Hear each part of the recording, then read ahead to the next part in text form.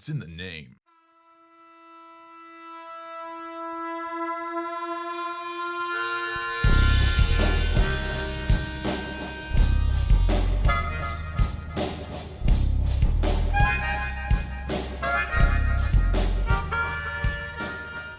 This is your Friday Refresh brought to you by the UNA Christian Student Center. If you have a college-age student in Northwest Alabama, look up the Christian Student Center and get them connected. You will be glad you did.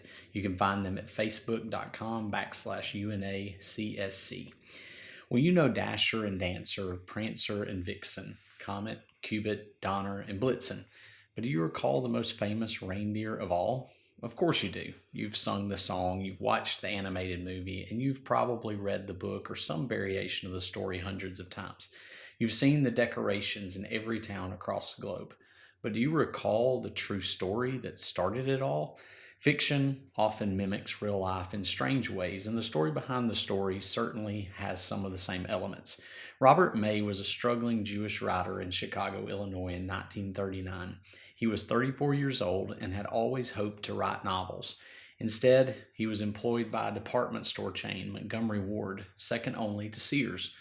Robert was also struggling with debt and just trying to get his small family by on what they had. He worked in the ad department, and each year they would purchase and give away free Christmas coloring books. This particular year, they had the grand idea of creating their own. The main guideline was it needed to be about an animal. They gave that task to Robert May. Robert was married, and they had a young daughter named Barbara. His daughter loved the zoo and specifically loved the deer at the zoo. So as he thought about the parameters of the story and the need for an animal to use, he thought about reindeer. He too knew Dasher, Dancer, Prancer, Vixen, Comet, Cupid, Donner, and Blitzen. He also knew that heavy fogs would often blanket the windy city of Chicago and would cause questions of how could Santa even see through that fog.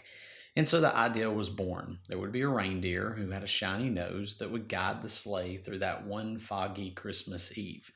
Robert knew about being different. He was short and shy and always had felt like an underdog in many ways. No doubt that they used to laugh and call him names. And for his own personal life, there had been fogs settling over their small family. He had been in a great deal of debt for quite some time. Robert's wife had been diagnosed recently with cancer in the same year.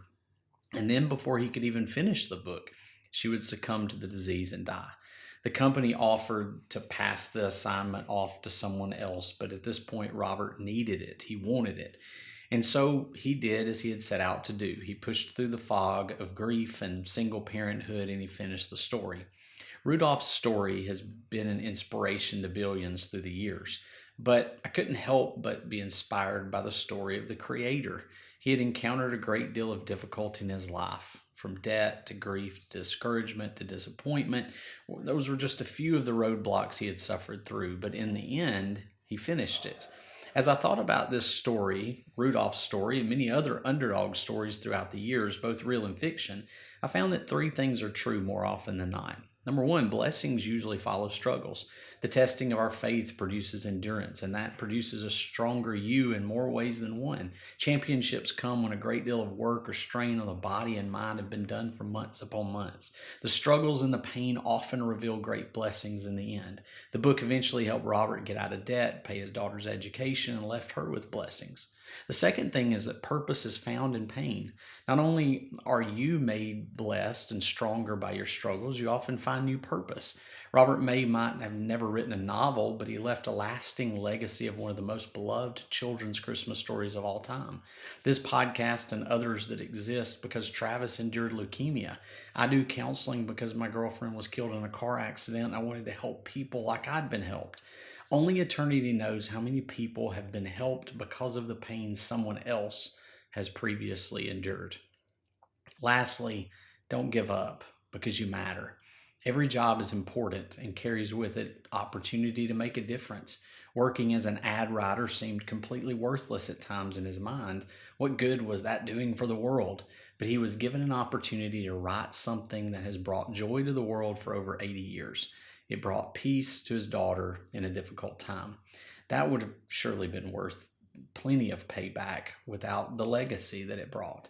It was a story of an underdog, a story written through loss, a story written to cheer up a young girl who had lost her mother, a story that pulled him out of debt.